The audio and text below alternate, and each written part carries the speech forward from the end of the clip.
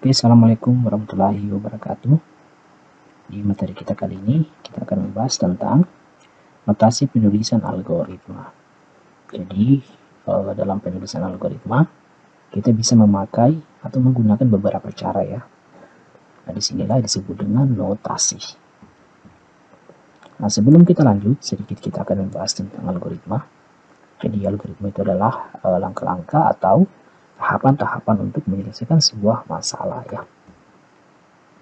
Selanjutnya, ada 3 cara untuk penulisan algoritma. Kita bisa pakai notasi deskriptif atau berbasis teks. Kemudian kita bisa menggunakan notasi flowchart atau diagram.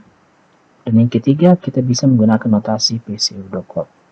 Untuk pseudocode di sini biasanya penulisannya mirip-mirip dengan skrip dari penulisan program.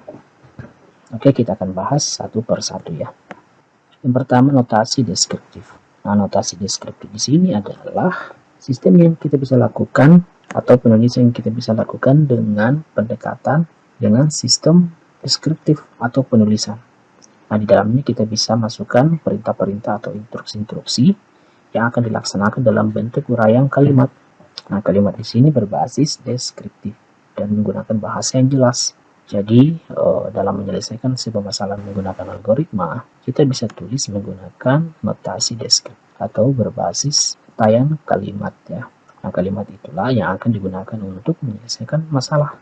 Nah, kemudian notasi deskriptif ini disarankan untuk algoritma yang pendek. Karena apabila digunakan pada algoritma yang panjang, notasinya tentu akan panjang juga. Nah, hal ini juga kurang efektif untuk kita gunakan ya, jika menggunakan algoritma yang panjang. Oke, jadi ada 3 bagian utama dari notasi deskriptif. Yang pertama ada bagian judul ya. Jadi tentunya dalam sebuah penulisan algoritma kita harus menuliskan judulnya dulu. Kemudian yang kedua ada deklarasi. Nah, deklarasi di sini digunakan untuk mendefinisikan semua nama yang digunakan pada algoritma. Biasanya berupa variabel, konstanta, ataupun tipe maupun fungsi yang berkaitan dengan penulisan dari algoritma yang akan kita buat. Dan yang terakhir di sini adalah bagian deskripsi. Nah, bagian ini adalah bagian inti ya pada struktur algoritma yang akan kita buat untuk menyelesaikan sebuah masalah. Oke, kita masuk di contoh penulisan notasi kalimat deskriptif ya.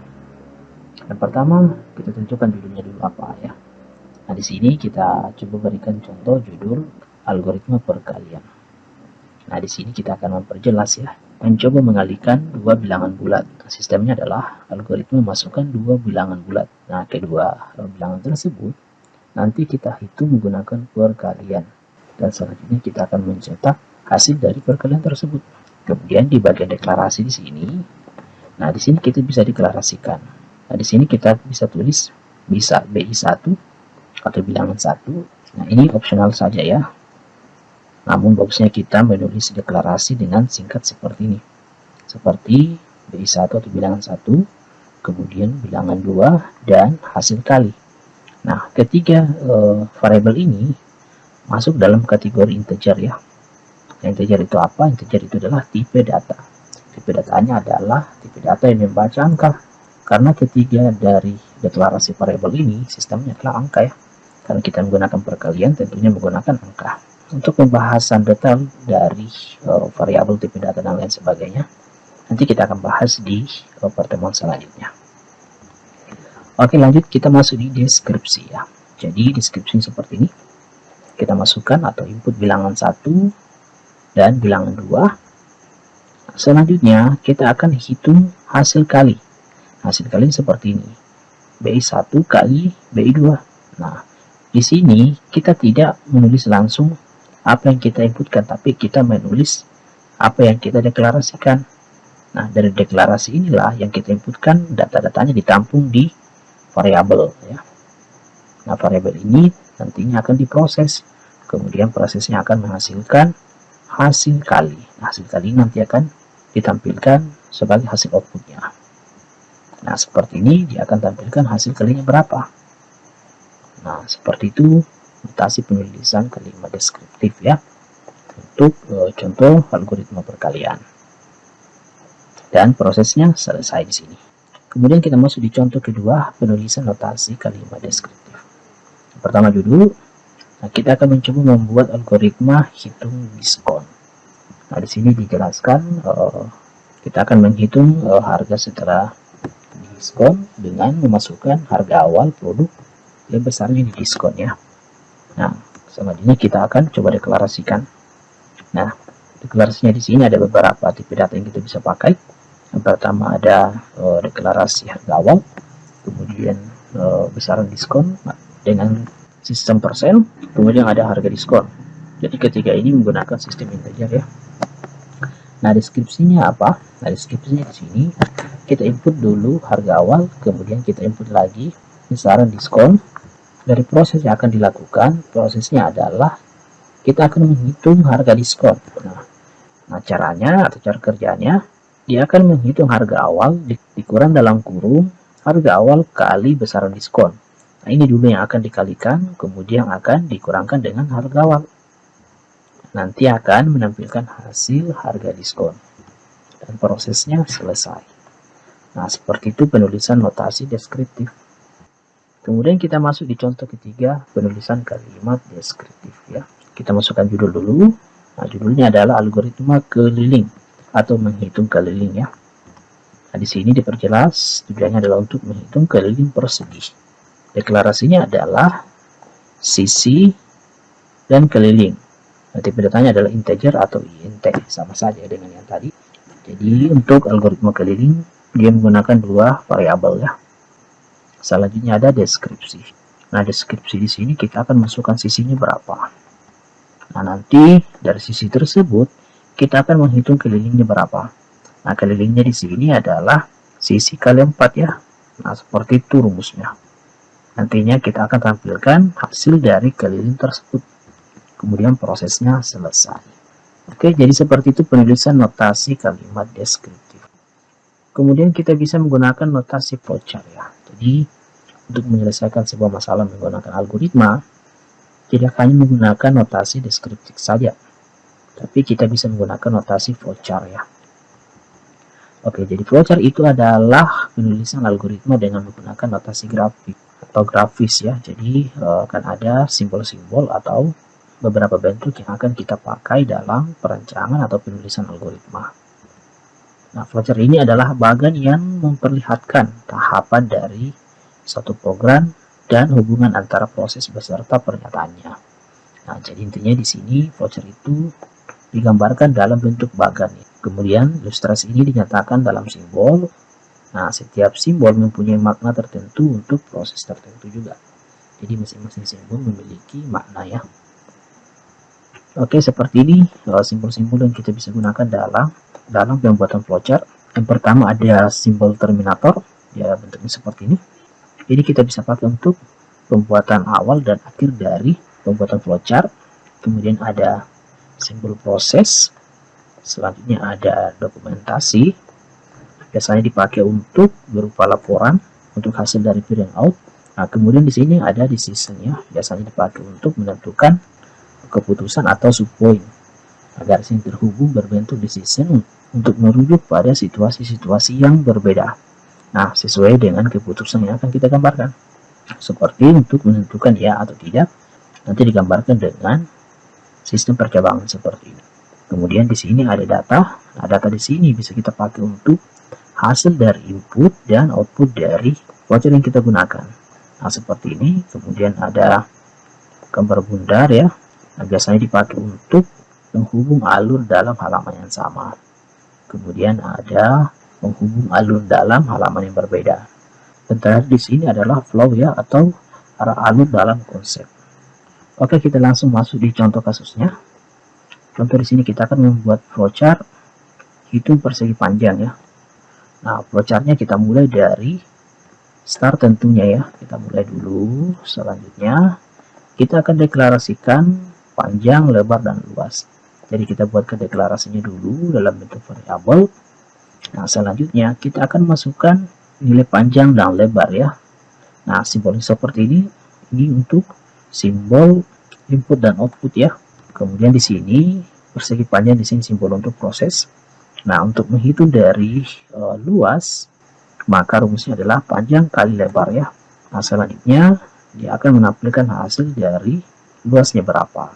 Nah, hasil dari nilai luas tersebut diperoleh dari panjang kali lebar yang kita sudah inputkan di atas. Kemudian prosesnya selesai. Nah, seperti itulah contoh penulisan algoritma untuk menghitung persegi panjang ya. Kemudian kita masuk di contoh kedua, yakni flowchart menentukan kelulusan. Nah, di sini kita mulai dulu. Selanjutnya kita akan deklarasikan data apa yang akan kita masukkan. Nah, di sini ada dua data, yang pertama nama dan nilai ya. Selanjutnya di sini kita akan masukkan atau input nama dan nilainya berapa ya. Nah, di sini ada kondisi ya. Nah, kondisinya adalah jika nilainya lebih besar atau sama dengan 56 ke atas ya, maka dia akan lulus ya. Jadi keterangannya akan lulus. Namun jika nilainya lebih kecil dari 56 ke bawah, maka nanti keterangannya adalah tidak lulus ya. Nah, dari dua pilihan tersebut yang mana memenuhi syarat, maka dia akan ditampilkan dalam bentuk hasil ya. Hasilnya adalah nama. Keterangan di sini keterangannya bisa lulus atau bisa tidak, tergantung dari inputan yang kita masukkan. Contoh kita masukkan nilai 90. Nah, nilai 90 tersebut itu lebih besar dari 56, maka keterangannya adalah lulus ya. Nah, jika kita inputkan nilai 30, maka dia tidak akan lulus. Kenapa? Karena nilai tersebut itu lebih kecil dari 56 ya. Nah, dari hasil keterangan tersebut nanti prosesnya selesai. Oke, selanjutnya kita masuk di notasi pseudocode ya. Nah, notasi dari pseudocode di sini bisa kita artikan atau istilah lainnya adalah kode semu ya. Maksudnya adalah notasi ini adalah sebuah cara untuk penulisan sebuah program yang informal atau tidak formal ya, dan dapat dibuat dengan kaidah yang ditentukan sendiri. Jadi sistemnya di sini bebas ya. Intinya dia menggambarkan bagaimana sistem atau cara kerja dalam algoritma yang akan kita pakai ya. Namun penulisannya ini mirip-mirip dengan penulisan kode program atau script program. Nah, dengan kata lain, pseudocode di sini merupakan urutan logika yang bertujuan untuk dipahami manusia dengan mudah. Jadi tujuannya itu ya. Oke, kita masuk di contoh dari notasi pseudocode. Nah, di sini contohnya adalah menjumlahkan bilangannya. Nah, jadi sistemnya seperti ini. Penulisannya itu opsional ya. Di sini saya menggunakan begin. Begin di sini berfungsi untuk memulai. Kemudian di sini kita akan mencoba menginputkan dua bilangan bulat, di mana inputan pertama adalah angka 1 dan inputan kedua adalah angka 2. Nanti prosesnya di sini ada total sama dengan angka 1 ditambah angka 2. Nah, yang kita inputkan di sini dan di sini nanti akan proses di sini ya. Nanti hasilnya atau outputnya nanti akan ditampilkan di sini. Jadi hasil penjumlahan sama dengan tambah total. Kenapa total? Karena ini dia. Nah, total itu adalah hasil dari penjumlahan angka 1 dan angka 2. Jadi kita tidak perlu menampilkan ini lagi, kita hanya memanggil totalnya saja ya, untuk mengetahui penjumlahan bilangan bulat. Nah, seperti ini contoh penulisan dari notasi pseudocode untuk menjumlahkan bilangan. Oke, kita masuk di contoh kedua. Kita mencoba notasi pseudocode untuk nilai ujian ya. Nah, di sini kita akan coba memulai lagi. Di sini kita akan masukkan nama siswa dan nilai ujiannya berapa ya. Nah, di sini dideklarasikan dua data, input nama dan nilai. Nah, di sini akan ada kondisi ya. Apakah nilai tersebut lebih besar atau sama dengan 60. Nah, prosesnya di sini intinya. Nah, jika nilai, di sini ada if ya. If itu adalah jika nilai lebih besar atau sama dengan 60 dan itu adalah maka outputnya adalah selamat. Nama di sini selamat plus nama di sini yang kita inputkan, contoh Dedi nilai 70. Nah, di sini jika nilai lebih besar dari 60 karena nilai saya adalah 70, maka dia akan memberikan output selamat Dedi. Nah, dia tidak akan menampilkan nama lagi, tapi dia akan langsung menampilkan apa yang kita inputkan, tapi dia melalui variabel yang kita tulis ya. Selamat, jadi Anda lulus ya. Nah, seperti itu penulisannya. Else, selain dari itu, maaf, Anda atau Dedi di sini yang kita inputkan tadi, Anda tidak lulus. Nah, selanjutnya berhenti. Nah, seperti itu. Di sini bisa kita lihat ya, ada dua kondisi. Jika kondisi tersebut tidak memenuhi, contoh kita masukkan nilai 40, kondisinya kan tidak memenuhi. Jadi dia tidak akan bisa proses ini ya. Maka dia akan tampilkan else ya, atau selain dari itu. Nah, selain dari itu, maaf, nama yang Anda inputkan di sini, Anda tidak lulus ya. Kenapa? Karena nilainya tidak memenuhi atau tidak sesuai dengan nilai yang kita tentukan sebelumnya. Nah, seperti itulah penulisan dari notasi pseudocode ya. Oke, kita masuk di contoh terakhir ya, atau contoh ketiga. Kita akan mencoba mencari grade nilai dari, kita akan mencoba mencari grade dari sebuah nilai ya. Nah, sistemnya seperti ini ya. Begin, kita akan mulai. Kita akan memasukkan nilai ya. Contoh, saya akan masukkan nilai 95. Maka di sini ada kondisi. Nah, berapapun yang akan saya masukkan, nanti akan ada kondisi ya. Jika nilai yang saya inputkan, nilainya lebih besar atau sama dengan 90, maka nilai grade adalah A ya. Kemudian di sini ada else if, selain dari itu, jika nilainya lebih besar atau sama dengan 80 ke atas, maka nilainya adalah B. Nah, jika nilainya 70 ke atas, maka nilainya adalah C. Dan jika nilainya mulai dari 60, maka nilainya adalah D. Nah, selain dari itu, atau selain dari nilai-nilai yang ada di atas sini, nilainya akan error ya. Nah, seperti itulah penulisan dari pseudocode ya. Nah, nanti hasilnya akan seperti ini. Tanda miring seperti ini adalah tanda komentar ya. Outputnya di sini, grade Anda adalah tambah grade. Kenapa grade? Karena di sini ya. Nah, grade di sini menampung nilai A ya. Jadi dia tidak akan langsung menampilkan A, B, C, atau D, tapi dia akan memanggil variabel dari grade itu. Nah, variabel itu adalah tempat untuk menampung data. Nah, data yang ditampung di sini adalah data A, B, C, D, dan E ya. Jadi, dimanapun yang memenuhi, maka dia akan tampilkan. Contoh, saya masukkan nilai 95, maka yang memenuhi di sini adalah mulai dari 90. Karena 95 itu masuk dari kategori 90 ke atas ya. Maka yang akan ditampilkan di sini adalah nilai A ya. Oke, saya kira seperti itu untuk materi kita kali ini.